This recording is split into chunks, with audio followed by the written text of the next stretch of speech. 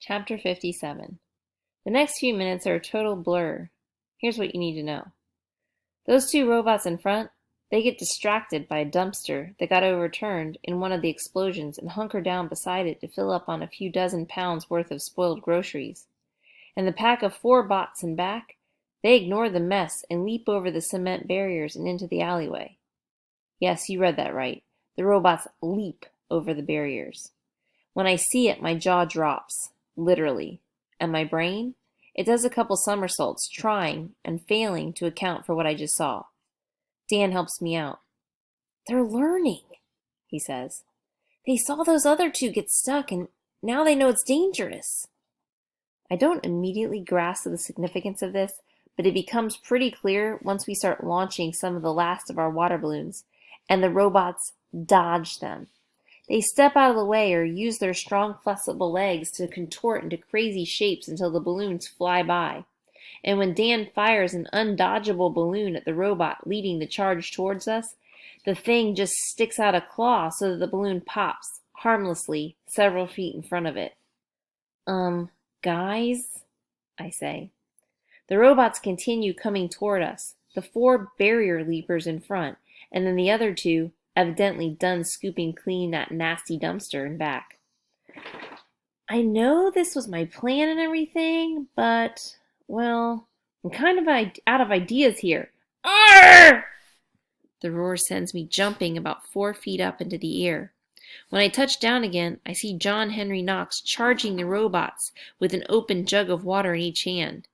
He gets right in the middle of the pack and does a kind of wild dance, flinging his arms around, spinning in circles, screaming like a maniac.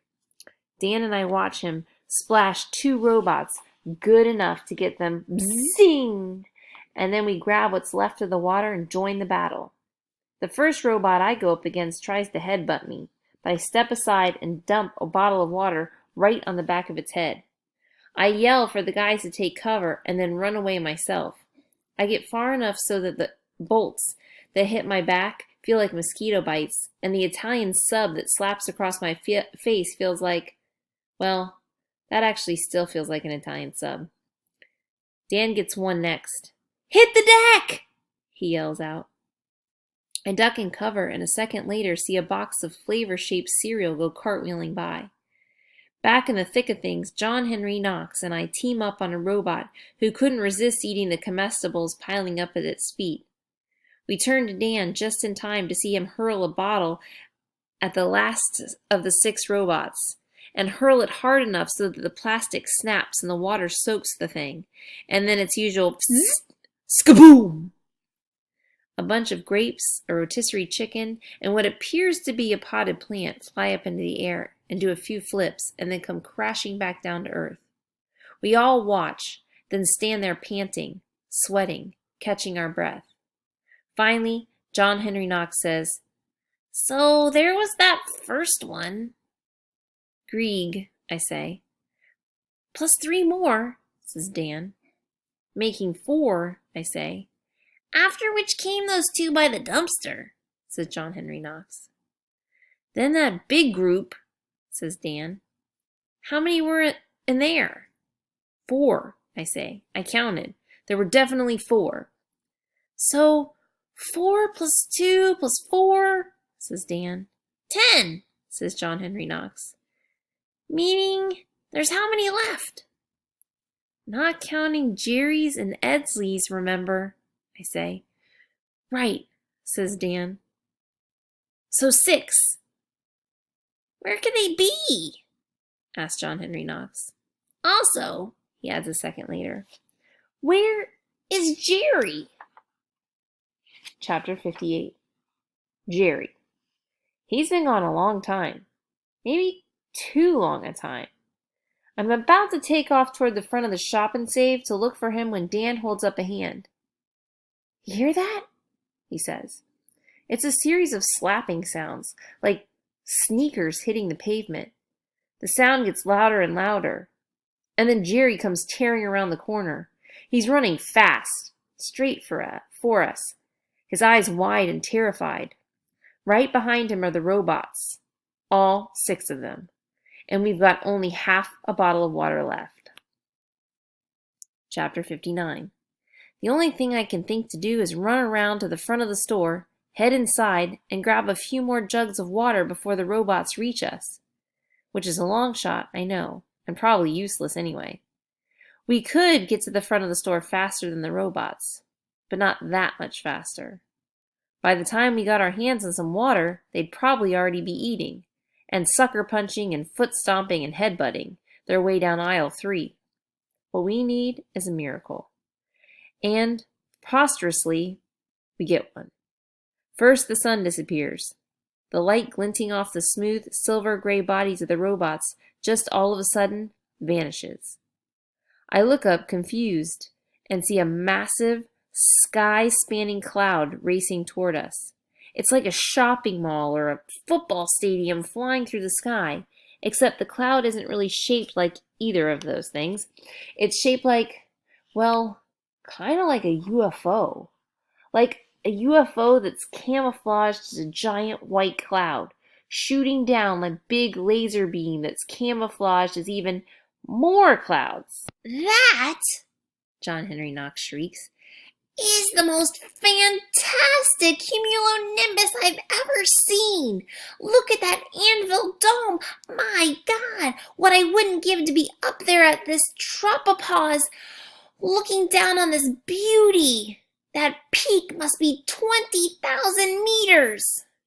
It's right then that the wind picks up. Within a couple seconds, it's roaring with a deafening intensity down the alleyway. It blasts into our faces, peels back our lips, and reaches its cold, rushing hands down our throats. But the robots are faring even worse.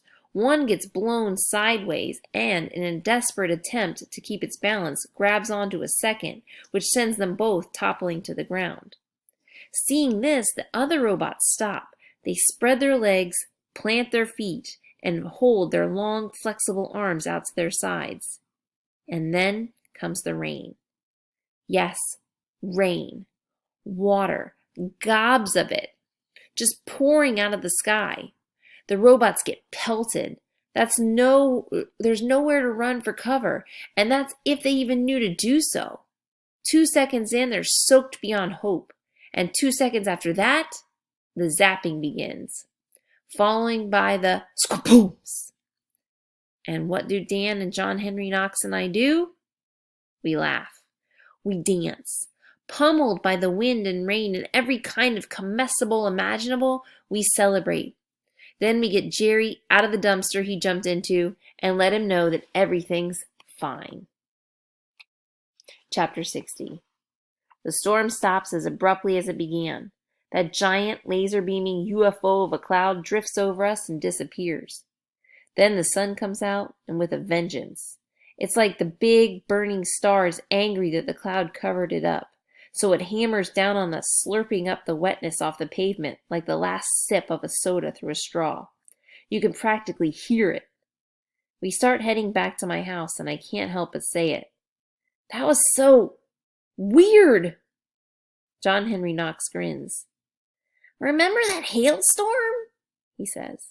I nod, thinking back to that night, not so long ago, though it feels like forever, that Grieg shot a food cube through the kitchen window, waking up my parents and almost getting me grounded for the rest of my earthly existence. That night, says John Henry Knox, I spotted an almost identical cloud formation. I was able to get a few photographs and downloaded some others from the National Weather Service. However, not having been directly beneath the hail cloud, there's no way for me to be sure that it was as large as the one from today. Sounds crazy. No, it is crazy. But I find myself curious about clouds. Clouds, in a way that I never could have imagined I'd be before. And also, this right here being the craziest part of all, I find myself kind of wanting to hear a little more about John Henry Knox's nutty, weather-related ideas. But it's been a long day. So I just say, Back at my house, we find the box containing Jerry's robot how we left it. Pretty much, at least. It got soaked, and then quick-dried by the sun, leaving the cardboard sunken in here and there. We haul the thing inside and unpack the nuts and bolts and the slabs and sheets of metal. Then we grab some smaller boxes and bags from the basement and distribute the pieces and parts among them. Finally, Dan decides the heap of packages. He divides the heaps of packages, into 4 smaller piles. We'll each take one, he tells us. The rest of us nod, seeing and agreeing with the wisdom of this. It's like breaking up a secret code and giving a little piece of it to a bunch of different people. It keeps any one person from making a mistake, from following through with a potentially disastrous idea. Once we're done, we all just stand there, too tired to do much more than breathe and blink. Except for Jerry. "Chocolate milk?" he says. And before any of us can say a thing, he pulls 4 little cartons of stuff from out of nowhere. Chapter 61. We drink our chocolate milk and eat some pizza. John Henry Knox bought us a couple pies, and then just lie around in the living room, doing a whole bunch of nothing. We get the TV on, it's tuned to Channel 5, and the news team is doing this whole big thing about the cops who found all the busted up robot parts behind the shop and save.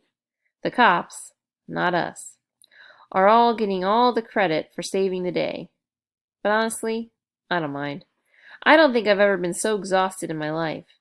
My brain feels like a hunk of cold meatloaf, and it feels like my muscles have all been swapped with strips of boiled spinach. I know the rest of the guys feel the same. When the phone rings, I don't think I have it in me to get up and go answer it. The kitchen seems about 200 miles away. But I go. I find some last, tiny, hidden pocket of energy and drag myself across the house, thinking that it's probably my parents calling from the wedding they went to, and that they'll start freaking out if I don't pick up. Hello? Dan there? It's not my mom or dad. It's a kid. It sounds like Edsley, I say. Is Dan there? He says again. This is Ken, I tell him. Yeah, I know, Edsley tells me. I called you, man, but I'm looking for Dan. Tell that guy I want my money back. Your money? Tell him, Ken, says Edsley. Tell him, or put him on the phone so I can tell him myself. I pull the phone away from my face and call into the living room. Dan? He groans back. Edsley's on the phone. He says he wants his money back. Zero idea what he's talking about, says Dan. Phone up to my face again. I tell Edsley. He says he doesn't have any of your money. Edsley's silent. Mike, I say.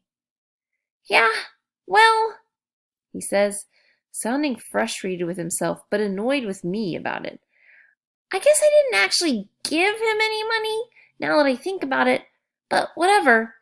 Tell him that thing of his is a piece of trash. That thing of his? Yeah, says Edsley. The robot. My stomach twists up into knots. A beat later, Dan appears in the doorway, and it's like he's in even worse shape than me. Like he's engaged in a battle to keep all his pizza and chocolate milk down in his stomach. And like he's about to lose. Back into the phone, I say, Mike, Dan told you not to open the box. I know, he says. But that just got me curious, so I opened it up and put the thing together, and then the guy says he's hungry, so I make him a sandwich. Pretty nice of me, right? I thought so. And then he eats the thing all in one go, and straight away he asks for another, and I'm like, make your own, man. And that's when he swats at me, and then storms right out the front door, straight down the street and out of sight. And now? I ask him. Now?